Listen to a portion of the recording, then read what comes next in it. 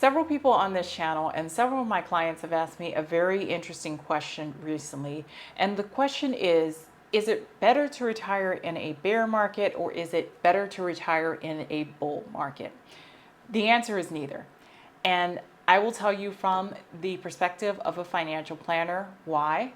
So stay with me. So we exist in market cycles. We're in a market cycle now. We're in one of the arguably longest bull runs in the market in history. I do think there was a bear market in 2022. Some people discount that, but some people say that we've been in a prolonged bull market. Think of a prolonged bear market like 2008, 2009 during the housing crisis, when kind of the bottom came out of the market for a period of time and it took years to recover. I went over a video on sequence of returns, and I'll put it here in the title. It shows the problems with retiring and then immediately going into recession, something called sequence of returns. And all financial advisors know about this, but we rarely talk about this with clients. There's also another danger, and that is retiring at the absolute height of a bull market. And most people think, well, what could go wrong? You're in a bull market, things are looking rosy, returns are at all-time high. How could that be wrong? You want to retire during a bull market. Well, the problem with retiring at the height of a bull market is that there's only one way to go in the market after a certain point, and that is down. So basically, your retirement accounts, your personal savings, your investment brokerage accounts are absolutely flush with cash. And that may be because it's part of a long bull market cycle. But what we don't unfortunately realize, and I can't realize it because I'm not a fortune teller, you're not going to realize it because you're not a fortune teller. But if you are at the apex of a bull market, the portfolio over the first 3 to 5 years of your retirement is going to go down and is going to lose value because there's simply no more performance left in the market, and because you are beginning to take assets out of your retirement account. Still, if I had to compare the two, would I prefer a client to retire in a bull market or would I prefer a client to retire in a bear market? I would prefer to retire in a bull market, but I don't think it's wise to try to catch the apex of a bull market. There's no way we can tell what is an apex of a bull market anyway for people who are retiring. So within a bull market cycle, some of the things that you can do to kind of even out the volatility of a bull market or a bear market in retirement, first things first is having savings. If I have a retiree who is retiring and then suddenly the market takes a very, very sharp dip, I may say, hey, let's rely on savings for a period of time for your living expenses and give your portfolio an opportunity to recover. So savings can help even out some of the roughness between bull markets and bear markets in retirement. Unfortunately, it does take a fair bit of savings, and most people don't want to keep that much savings in cash or cash equivalents. Usually, I recommend 6 months living expenses in savings, but if you're in a prolonged bear market, that may not last very long. For my clients who are nervous Nellies and really do have a lot of anxiety about the market, I may tell them to, okay, we're going to put in a brokerage account a year's worth of living expenses, and we're going to put that into CDs. Now, the return is not going to be spectacular. Lately, with interest rates at all-time highs, CDs have returned pretty good, but that has been an anomaly over the past 5, 6, 7 years. CDs have been returning in the rate of 1 or 2%, but it does help that person sleep at night, and it helps even out some of the volatility. So the person knows come a bear market or a bull market, we can make informed decisions about what to do in their situation that is best for them.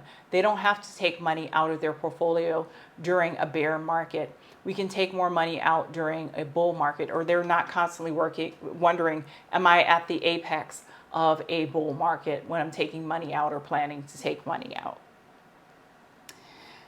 Now, during decent periods in the market for my nervous Nelly clients who really are very risk aversive, and I just had this conversation with a client this week, who has, for a multitude of reasons, has some anxiety about the market and was really spooked by a recent dip in the market. And yes, I was watching what was going on with the recent dip in the market. I reached out to a few clients, but I realized it wasn't a structural market issue. It was an issue with a certain segment of the market, and the market would come back, and it did.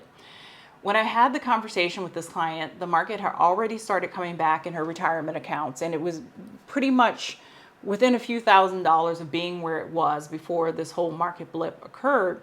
And we had about a 15-minute conversation about whether it made sense to take money out for 2025 while the market is doing really well and her performance is at an all-time high, to help her sleep at night and feel better about her portfolio and to take her mind off of overall market performance. In some cases, it may make sense to take money out of the account while it's at an all-time high. We ultimately decided not to. And the reason we decided not to do it is because she has really good savings rate. She has more than 2 years living expenses in savings account, which is fantastic. But she has that much savings simply because she's a person who enjoys having that much savings in a savings account and has put the money into CDs for the time being. So that's an example of when it may make sense to have a conversation with the client about taking money out at all-time highs. Even though it's not standard practice of financial advisors, it honestly makes sense to kind of keep the money put versus pulling it out. But for some clients who have a very low risk tolerance or who've had a very challenging time with money or investments in their lives, it may be the right decision for them because it helps them feel better about their finances. Also, in terms of bull market, bear market, and retirement, we have a plan. We have a plan. I never let someone leave my office with a retirement plan without talking about what we will do in a bull market and a bear market. And this is a very interesting thing because I think financial advisors have to work with their clients and really have to train their clients not to overreact to blips in the market, market corrections, bad news, or things that may come out that may cause volatility in the market. There's typically anywhere from 4 to 5 short-term corrections in a market during any given year. There's typically, and the short-term correction is like maybe a 5% drop that happens during the year, that happens 4 or 5 times. There's typically 10% drop during a year, an average year. We know that's going to happen as financial advisors, and I don't want my clients losing sleep or absolutely panicking when they see that occurring in the market, because of course media will overhype it and make it seem like it's Armageddon for your finances and for money. And I don't want my retirees or soon to be retirees losing sleep over what I know is a standard 5% market correction that just happens during the year. And so financial advisors, this is more like behind the scenes work that financial advisors do. We work to train our clients.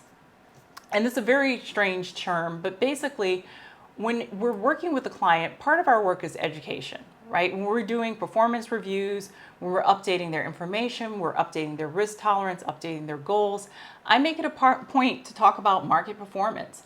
And, you know, we've been profoundly lucky from 2015-ish to today to exist largely within a bull market. But there will be those moments where we are in a bear market.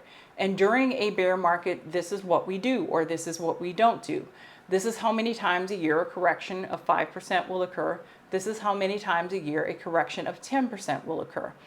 I don't immediately get on the phone and reach out to all my clients because I've spent the past decade educating and training people not to panic when they turn on the news report and they see gloom and doom being reported by MSNBC or whatever they are watching about a 5% correction in the market. It is their business, media's business, to sell news, and they often do that by creating unjust alarm and fear. It's not the reality of what is going on in the market. And my clients really do appreciate a steady hand in guiding their investments instead of overreacting to every single bit of news that comes out in the market. So the 4% rule and the bull market. So a really good follow-up question from a client who's been a long-term client and is an absolute doll to work with and to serve. He had an excellent question about the 4% rule and how it fits into this. We've had one of the most prolonged bull markets in history. I'm taking out 4%. Can you take out more than 4% if you've had 7 years of double-digit growth in your portfolio? And my answer to him was perhaps. Okay. Now, if somebody is 80 and wants to start taking out 6% of their portfolio because they've had 15% returns for the past 6 or 7 years in a row, we can do that. We can do that. If someone is 50 and wants to start taking out 6% returns because we've had 15% or greater returns over the past 6 or 7 years, I would say no. Reason being age, life expectancy, and income expectancy. So sometimes, my point is this, a prolonged bull market can sometimes get a financial advisor or a client to bend the 4% rule, but they typically have to be on the older side or have a shorter life expectancy. We typically don't like to bend that rule for people who are younger and have a much longer life expectancy. One thing about bull markets, it creates a lot of mirages in life and in the market. You know, I have clients who I can point to their portfolio and they've had successive 7 years, with the exception of 2022, of 15+% rate of returns. For some of my clients, 20+ percentage points rate of return year after year. And one thing I have noticed with clients is that once you have so many successive years of such outstanding performance, it creates a lot of financial mirages. Suddenly people are like, you know what, I know we said that I'm going to retire at 67, but I'm getting 20% return each and every year. I'm 35, I think I can retire at 50. You get people who maybe they are, 55 or 60, they think they can triple their spend rate in retirement because they've had consistently a 15% rate of return. Consistently high rate of return year after year can really create some illusions and distort people's perception of what they can and can't do and what they should and shouldn't do in retirement. It's really up to the financial advisor to rein in those expectations and have a conversation around sustained bull markets and why this is really an unusual situation. And the bear will eventually come back.